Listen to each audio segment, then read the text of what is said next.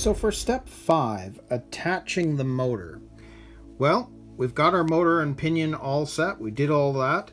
This, it's saying to remove it. Well, we kind of did that at the end of step 4. But we do have to remove the propeller joint because it's in the way of the screw that's going to be used to put the motor in. So it's basically saying take it out, screw the motor in, and then put it back in afterwards. Now, there is an interesting thing about this step that I've not seen in other kits, is that there are these pieces right here, and they basically are called set plates, and there's 4 of them. They are used in different orders depending on what pinion tooth or pinion you use.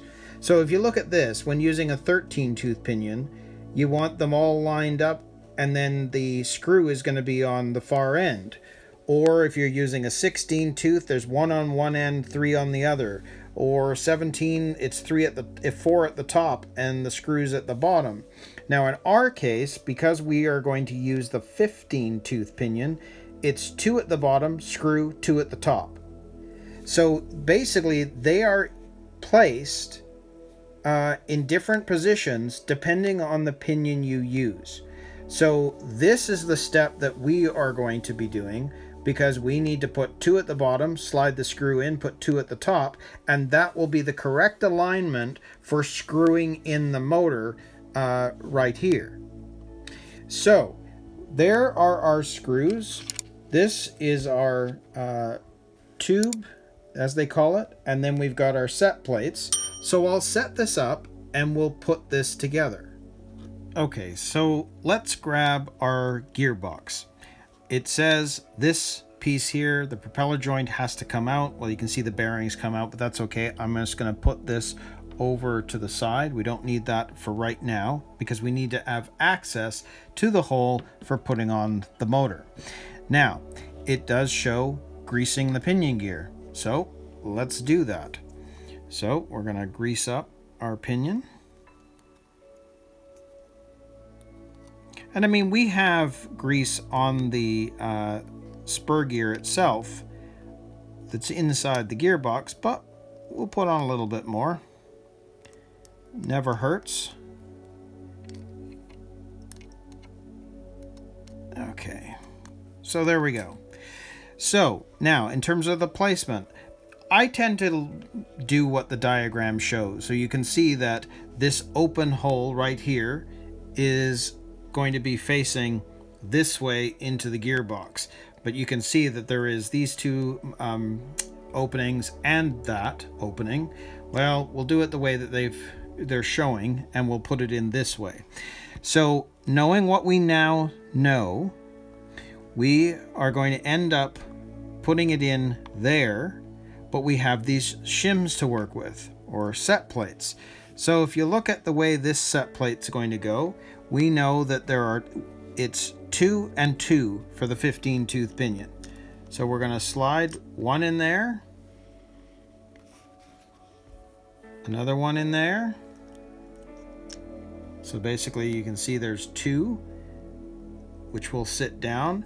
Now I'm going to put this screw, but we have this to put on first. See how it's a screw, then this piece, D14. Let's put this down for a second. D14. And then that is going to sit there. So it's got to go into the middle, which is interesting just the way that's done. But maybe what I can do is I'll put this in, flip it over, because you can see that there's room for the other 2 on the other side.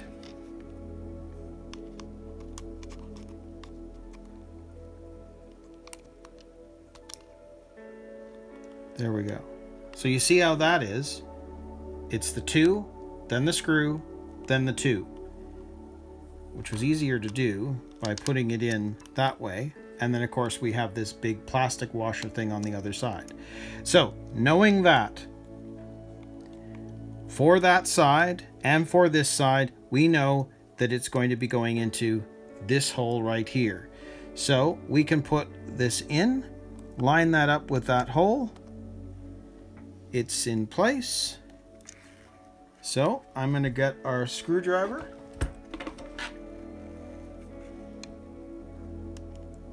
And we'll start screwing that in. Now, I'm not screwing it in all the way. I just want to make sure that it is in enough for now. So that one is in place.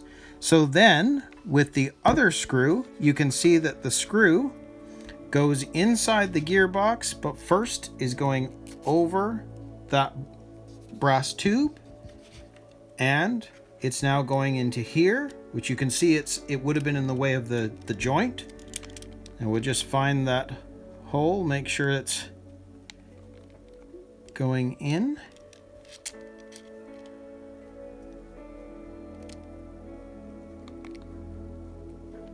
Usually you can find the hole.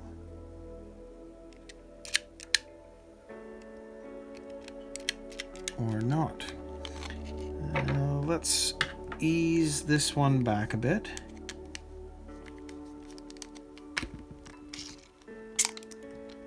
And it will find the hole.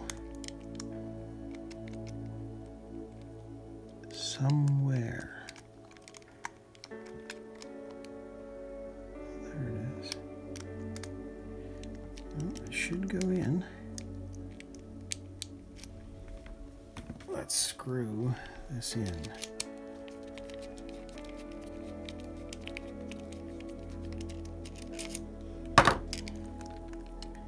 No. So I've taken it apart again because this brass tube is supposed to slide through there along with the screw and come out the other side. Well, this is not going in. And I turned it around and wanted to try and get it in that way. But if you notice, and I don't know if you can see it, but see how there's a ridge? So it's getting caught and not wanting to slide all the way through. So I'm going to loosen off the screws on the gearbox and then slide the brass tubing through and see if that solves the issue. Because if I loosen everything up, we should be able to move the gearbox around a little bit and then hopefully slide it through. So I'm just going to try that and then I'll come back. So that's interesting. I've loosened off this one, and once it was loosened off, I could kind of manipulate the plastic to make sure that that actually fit on both sides. So you might find the same thing happens, that this doesn't fit in properly. And the only reason is it's getting caught on something on the inside. So we can actually tighten this back up now because it's now fine. But it's weird that that got caught. And I don't really know what to say about that. So it's working now. It's in place. And I can tell that it's almost, it would move in and out. But by putting it in, it's actually helped with the alignment of the plastics when they were put together. So I don't know. I've not seen that before where you've had to take the gearbox a bit apart to be able to put another piece in. But it is what it is. So I'm going to try and, yeah, it worked. Put that back on. And we will put the motor back in place as we were wanting it.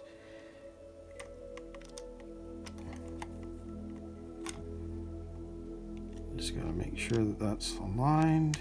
Yes. Okay, so I'm going to screw that in. I won't go all the way. I just want to make sure it's enough that it's in the motor. Now we're back to this again where we had the other screw, which would have normally gone into the tube, but I've got the tube in place already. That will now slide through. And yes, I can feel. And I just got to make sure that it's going to go. There we go. It's grabbing. So we can screw this back in.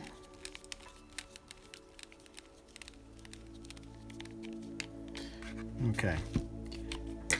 It's the other screwdriver.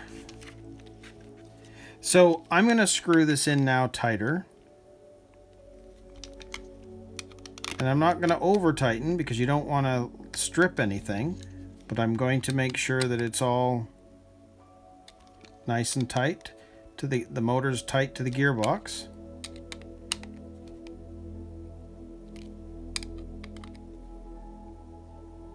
Yep. So now that the motor is attached, we can grab our gearbox joint again. I'll line it up with, you can see inside how that is, so that will slide in that way. And of course the bearing was right there. So there we go. There is our gearbox attached with the motor. Very cool. So the only thing that I would, again, would say is that if you have an issue with that brass tube, you may need to loosen this one here and then just kind of manipulate the plastic a bit, and you should be able to slide that tube in. So there we go. There's our rear gearbox with the motor. So now step 5 is complete, and we can move on to step 6, and now we're going to work on the front gears.